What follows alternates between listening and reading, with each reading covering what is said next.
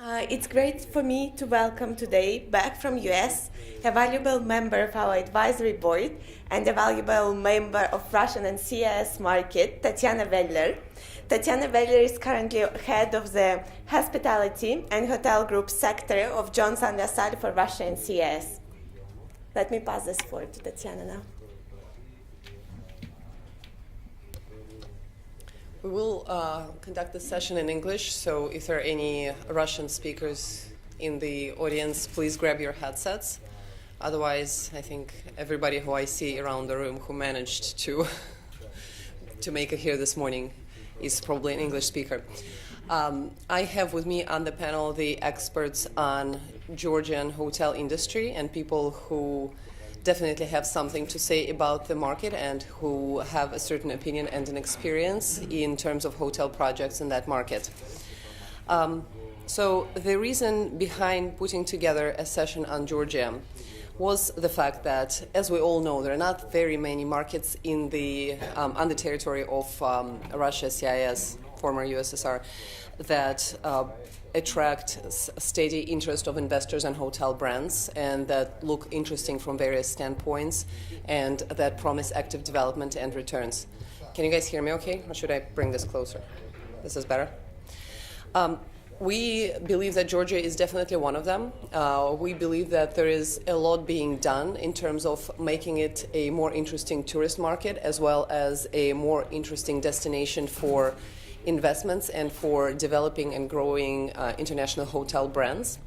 So we wanted to discuss today why that is, what is being done, what specific hotspots in the country our experts believe in and why, and maybe what they see as a future for growing the industry, and maybe have it a little bit like a success story and maybe as an example for some of us when we go around other markets and consult with people and with players there.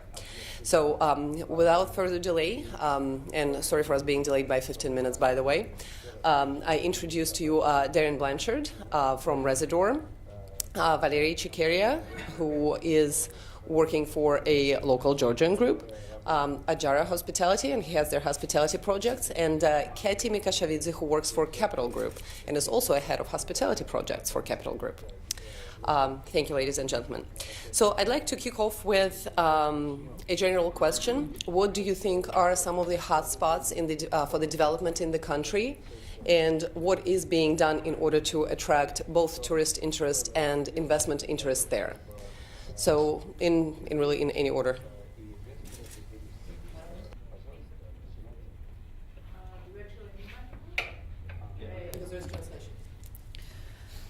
Well, thank you, Tatiana, and thank you for getting this panel and for your interest in Georgia as a destination, both for tourism and for investment.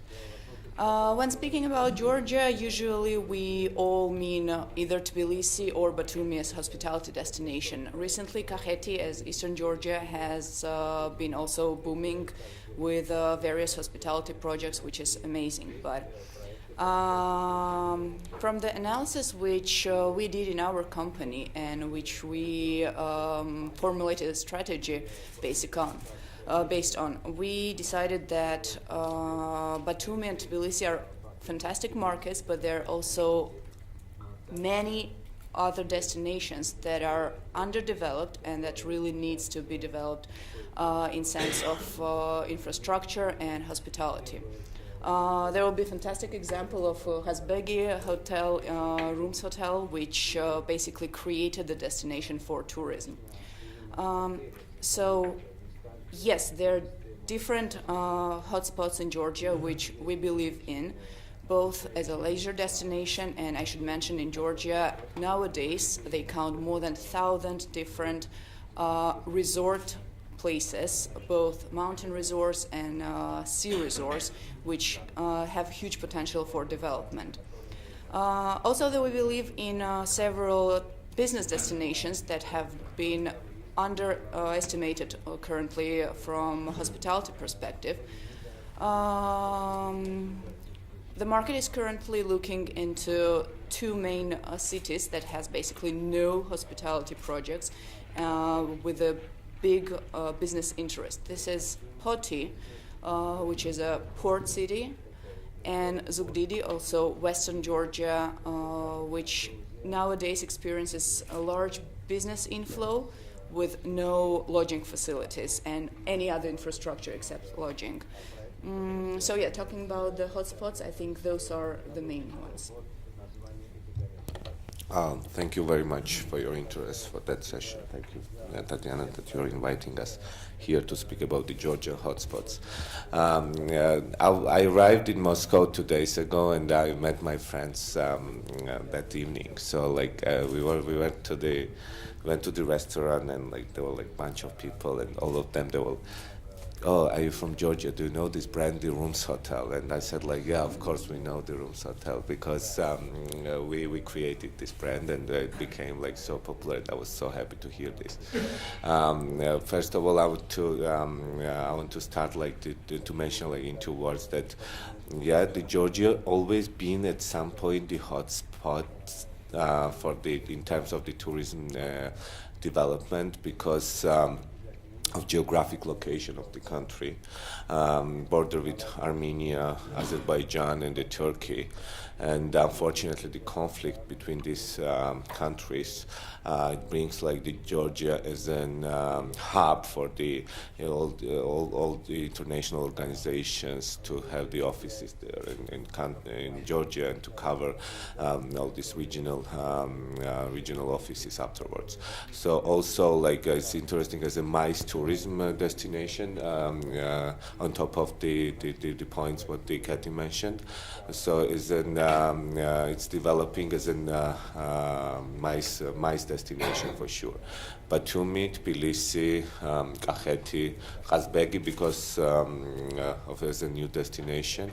And again, yes, there is the more is coming. We are planning to extend our brand to open some new destinations such as Svaneti, definitely to attract the tourists, Keti side, and we have the one more.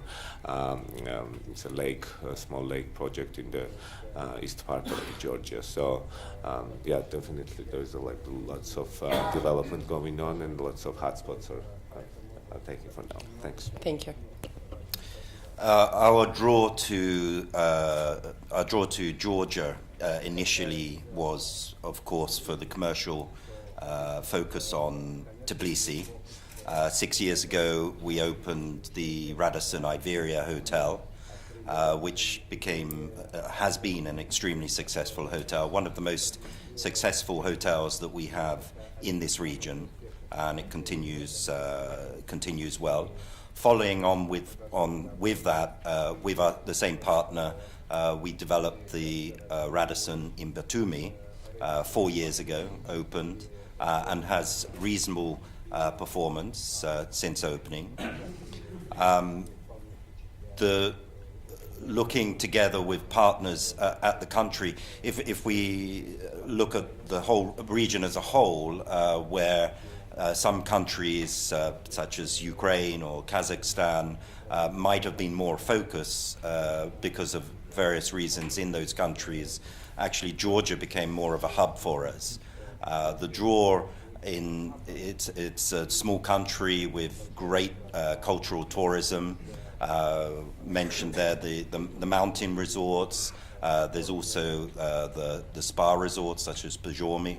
And the wine resorts, and we're developing a Radisson currently in Tsinandali. In the mountain areas, we're developing in Gudurari, and also looking at Mestia. So there's a great range in such a small country of destinations to choose between. And it's an attractive country in that respect because, and to build a network of hotels, because there are so many things to draw a tourist within a few days of traveling around, experiencing the food, the wine, and the various benefits of the country. So we see it as a good development zone. It's we could see a good 10 or a dozen hotels in country, and being able to package those together. So initially commercial, but actually Georgia doesn't have many large commercial cities, but has a very nice, good balance of commercial and tourism. Thank you very much. So it's very clear that both the international operators and the local investors believe in the potential of a country. Obviously, there is a lot being done by the country's government as well in order to attract investment and to develop tourism. I think Georgia, Darren, as you said, being a very small country and not having many, manufacturing facilities, etc., opportunities for developing heavy industry, can and probably will be increasingly more reliable on bringing in tourism for dollars bringing tourism in to bring dollars into the government's pockets. So obviously one of those directions in which the government is going is legalizing gambling and creating an infrastructure, a legal infrastructure where casinos are given tax breaks, and that helps obviously the hotel's development as well, because they stimulate hotel development by giving owners and investors a certain tax break on casino and gambling business when a certain number of hotel rooms is built on the top of it or next to it. I don't want to go as far as discussing a risk of oversupply in Batumi. I think it's really a much larger and longer discussion than the time we have here. But the question I had to you guys is this. Obviously, there are several zones in the country where gambling is allowed. What do you think of gambling in the zones like Gudauri and Kazbegi mountain resorts? It would seem to me like it's a little bit counterintuitive to mix the different guest flows, because obviously mountain resorts attract families and people who come there for reasons of skiing, for sporting reasons, and now we mix them with gamblers. What do you feel that is okay? What is being done in order to diversify this tourist flows? Thank you. So before I go to that, to answer the question, I want to start a little bit from the beginning. That definitely the Georgia hospitality in Georgia is still some little baby. So it started with the Marriott or Sheraton Hotel 10 years. But again, our group, we work very, very close with IHG, and the IHG gave us opportunity to open, to get the trust from the customer side, because we had the biggest hotel in the country, and it's Holiday Inn with 270 rooms, and gave us the big trust from the customer side. So that's why we decided to develop our own brand afterwards at some point. And we signed the contract about the Intercontinental project, which is coming in Georgia, and we have the opening in next year, 2016, and the Batumi Crown Plaza project as well. It means that we trust Batumi. Our group, we do the very detailed data, statistics, and all this data shows that there is a huge potential. And definitely, because of the casino business is booming and developing, and again, the geographic location helps to develop the casino business in that side of Georgia. It became very attractive for the Turkish travelers, Azerbaijani travelers, Russian travelers to come and spend time in casino in Batumi. And the government is giving the opportunity to develop the casino. If you have at least if you're building at least a 50 room hotel, then you don't have to pay the casino license fee if you are opening the casino inside the hotel. But only in certain markets, right? Not everywhere. In Batumi particularly. It's same in Gudauri actually. It's same rule in Gudauri. Again, develops two part of it, the casino business with the gamblers and the family travelers who are coming with the families. they're spending the time in Batumi or Gudauri, and the casinos are busy at the same time. So definitely we trust Batumi project. We trust Gudauri. The Kazbek is located to 20 minutes to drive from Gudauri side. So we are working with Gudauri projects a lot as well, and I know that the Radisson is developing one project there. So this is what I can say.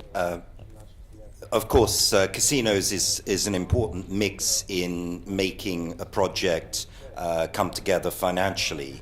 But I think it would be such a great shame. I mean, Batumi is one thing, but it would be a great shame to spoil the rich culture that Georgia is and have it led and be seen as a casino destination. I think that's particularly you talk about the different resorts. Can it be supported by casino?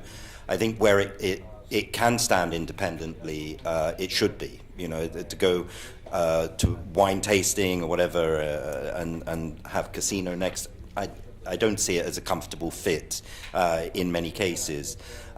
Georgia has made a lot of steps forward. I personally went on holiday to Georgia because it's easy to get to, no visa restriction getting in there. And when you look at the surrounding area, Azerbaijan, for example, again, a very interesting cultural country, or Armenia, with its mountains and whatever, there are visa restrictions in there. And the government has made good strides forward in promoting tourism generally, that shouldn't be wasted on just being a casino focus. Absolutely agree. But in addition to this, this casino strategy, the casino strategy helped a lot to balance the occupancy issues on some markets, especially on resort markets, and Batumi is one of the good examples. I think that the casino tax exempt and the advantages for casino licenses works for so-called special touristic zones, which include not only Batumi and Gudauri, but different other resorts, like, for example, Altubo, which is being developed now as under a general master plan as a large spa resort destination. And assuming that Georgia is basically the only country in the neighborhood that has legal casino, it really helps with balancing the occupancy and seasonality of destinations where this casino is being promoted. Thank you. So casino, I guess it's clear to everybody that casino is a great initiative and it helps smooth out the peaks and valleys in demand, and that's all great. What else do you guys see that the government is doing or not doing that you would like to see done in order to help promote the tourism and the industry in the country? Indeed, a lot of initiatives are being taken by the government nowadays. I think probably everyone who has more or less studied Georgian hospitality development market knows about great initiatives like providing land plots free of charge or at a miserable cost with governmental obligations to construct hospitality infrastructure. Government has been helping with getting all the communications to the land plot, and communication in some regions especially can be a big issue because there are still areas with no internet or no water system or gas system. So in that sense, infrastructure-wise, government has been helping a lot to develop hospitality projects. Tax exemptions are one of the good example as well. But as a rumor that has been pre-announced, they're speaking of a big initiative from the government side under the Invest in Georgia project, that they will be helping to promote branded hotels around Georgian region. This has nothing to do with Tbilisi or Batumi as a destination, but all the other regions of Georgia will be promoted by Invest in Georgia project, which means that they will be helping to finance the bank loans. They will pay, basically, they will pay like the first 2 years, they will cover, the government will cover the franchise And the fees. franchise fee, exactly. And it's a great initiative from the Enterprise Georgia side, because it's going to help to develop the regions in Georgia to bring like the new hotels and the brand hotels in the country. To start like this 40 rooms or something like this, and developing until like 200, 300 rooms. So it's a great initiative, and again, yeah, definitely it's a big support, because the government spends lots of money to promote the country, to do the advertisement of Georgia, starting commercials at CNN, BBC, or some international channels. Yeah. And then the big exhibitions, of course, they're always there. So they're promoting to come and help us to be European. They're calling people to come and spend money and to help the Georgians to be Europeans, to be more associated as a European country. Sure. And also, MICE-wise, they're bringing a lot of large business forums. It was just 2 weeks ago that a huge Silk Road Forum has been conducted, and EBRD yearly conference took place this year in the market. So, indeed, Georgia is becoming a big MICE destination. Yeah, a kind of a hub for MICE destinations, and government is really supporting this approach. And the Silk Road Forum is trying to attract Chinese investment into the region, right? Yep. And one of you guys told me yesterday in a private conversation about the railroad project. That's also a part of that. Yeah, this is a new initiative from the government side, which is announced recently at the Silk Road Forum. This railway from China to Georgia and from Georgia to Europe, which will take like the 7 days for the transportation of the goods and the cargo transportation from China. So it will be like the very big project for the country, for the all the European countries, which will be like the good escape from the Georgia. That will help make it into sort of a local logistics hub and bring more business demand as well. Absolutely. Yeah. Darren? No, I think we shouldn't also forget the macro side of how I first started going to Georgia in the late 90s during Shevardnadze's time. And Georgia was, I would consider, probably the most corrupt country in this region. And great strides were made in anti-corruption, in tax legislation, various governments, until 2013 when Georgia was listed as 9th in doing business in the world by the World Bank. Which is a fantastic achievement, and it was extremely well promoted, like you said, Valeri, on CNN, on BBC, and that has aided really investment. It's aided the perception of Georgia as a destination to go to. Just think about how Russia is perceived outside, or how Ukraine is perceived outside. Georgia has created a degree of tourism through that. But there's a cautionary tale in this. It's 2013, Georgia was 9th, 2014 was 15th, and this year is 24th. So there's work to be done in ensuring Georgia maintains that high macro level. Thank you. May I suggest that we already started talking about financing hotels a little bit. Obviously, there are a lot of people currently, local investors, that are interested in putting their own money in. Is it possible to obtain debt, and who is financing in Georgia? I know that some of you guys are active with the banks of development and other banks. So can you give me a little bit of a scoop on that? Our main partner is in Bank of Georgia, and we main financial partner, and the BRD will finance the Intercontinental project, which is like the the first project for the BRD as well to finance like the 5-star luxury hotel in Georgia. Not only in Georgia, I guess it's like it's first project for them, and it's a great initiative because it helps us to the Bank of Georgia is the main partner. It helps us with the BRD to develop more projects.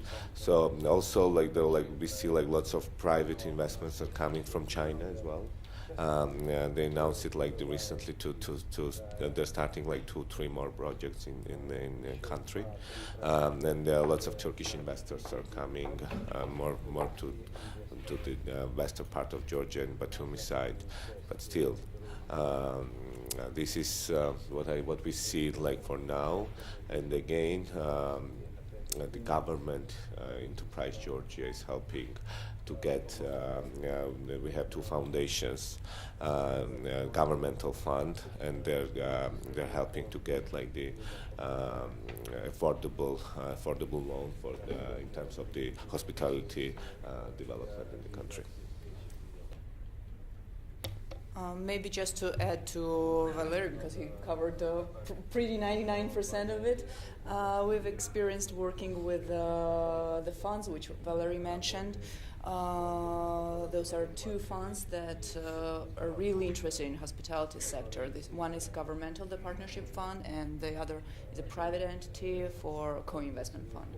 They are really into the business, but their main interest nowadays lays in the mid-market and regions. Thank you. Darren, anything to add? These guys are doing more of the investment, but I'd say that our partners have certainly, again, because of the macro image of Georgia and the support that's coming internationally, it's much easier in Georgia to work with international banks in credits and whatever. So, yeah. Okay, I guess as the last question, just to wrap it up, obviously after we build a hotel, we need to fill a hotel. And do you guys see, I know, that's the main issue, right? Do you guys see that the mix of the travelers to Georgia changed, and how did it change over the past few years since all of these great initiatives were introduced? Oh, you have before you fill the hotel, you also have to operate it, and that's one of the main issues with staffing, and that's also one of the initiatives government is taking care of nowadays. But yeah, talking about the tourism mix, I think it has been changed recently, and I see several reasons for it. One of the reasons is the development of air flights destinations. Before, Georgia was directly connected to maybe just several European cities, and it was quite difficult to get to a long weekend to Georgia. It would be easier probably to get to Miami from Amsterdam for a long weekend rather to Georgia, and cheaper, yeah.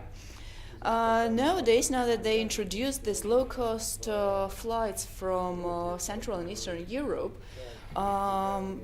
we have noticed a lot of European travelers coming to Georgia for long weekend, for public holidays. Maybe it's not as luxurious travelers as they used to be maybe 5, 6, 7 years ago, but the demand is definitely growing, and Georgia is becoming kind of a hot destination to just go for getaway. Yeah, I think that's pretty. Yes, there is a change, and we went initially, as I said, we went there for commercial reasons to pick up business from a +1 million city. It's changed more or less. We would say about 50-50 of our business is now commercial or business versus tourism. With Keti, a little bit of problem with the airlift at the moment is I looked. I know when I tried to organise a party of friends meeting in Georgia, how difficult it is actually connecting still today. And if you look at the schedules going into Tbilisi, 50% of the flights, there's 23 flights arriving internationally into Tbilisi today. Of those 50%, 11 flights come in between midnight 30 and 4:30 in the morning. So it's not terribly conducive to tourism. And I don't know what the history is behind that with TAV, but having flights arriving in the middle of the night is not great. But I'm sure there will be progress. Is it cheaper runways and maybe airport is over capacity? There's no flights between 11 in the morning and 4 in the afternoon, so it's not capacity, it's probably price. Yes, I would like to finish with the airport. Yeah, because the TAV Urban is operating the Georgian airport, and the TAV is operating the Istanbul airport. And of course, they have 25 years contract with the Georgian airport, and of course they're gonna focus more to develop the Istanbul airport instead of the Tbilisi. So this is also another problem. But we have the Kutaisi airport, which is developing a lot nowadays, and we see like the more budget flights are coming. VZR is flying, and they have like lots of European cities destination. But if we're gonna go to that point, like if we see the changes, yes, we see the changes. As a hotel operator, I can say that after the government was changed in 2011, we see like lots of Russian travelers are coming. It's like at least 35% increase from the Russian traveler side. There is direct flight already from with Moscow every day flight, 2 times even, like the S7 and the Georgian Airways is flying. And we see like lots of Middle Eastern travelers are coming to Georgia, and because also like the direct flights with the Fly Dubai and Air Zena. So they're spending that was like the last 2 years were very interesting, because we had like lots of Middle Eastern travelers who are coming to spend like the whole summer because of very hot season in the Dubai. So they're coming with the families. They're working from Georgia, and it's a big segment, and it's very interesting segments are coming in the country. So and of course the European travelers, and we see this the big development. The occupancy rates are too high. It means that like the more travelers are coming in the city, in the country. I think we'll be wrapping up, and Darren, would you like to add anything to the mix? No? Okay. Maybe we can take a couple of questions from the audience. Do we have a microphone in the audience, or we can all hear okay? Hi, Michael O'Hare from Haworth HTL. A very interesting panel, and Georgia I'm a big fan of. We've been working there over the years. But there's one great opportunity to develop a special segment of tourism, and it hasn't been mentioned once. It's rugby. Georgia performed well in the Rugby World Cup. Georgia is an up-and-coming rugby country. Georgia has applied to the Rugby Federation to join the Six Nation Championship, which currently is Ireland, England, Scotland, Wales, France and Italy.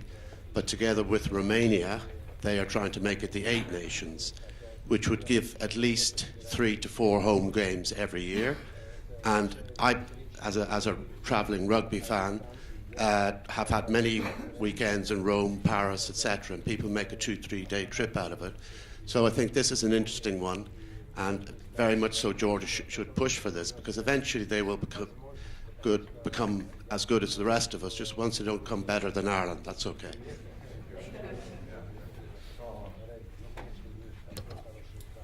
Definitely, like the sport, we had the Super Cup in Tbilisi this year, and after that we see like lots of Spanish travelers are coming, because it was Barcelona versus Sevilla, so we see like the new Barcelona travelers now in the city. Actually, even the airport announced it recently that it will be the direct flight from Barcelona now.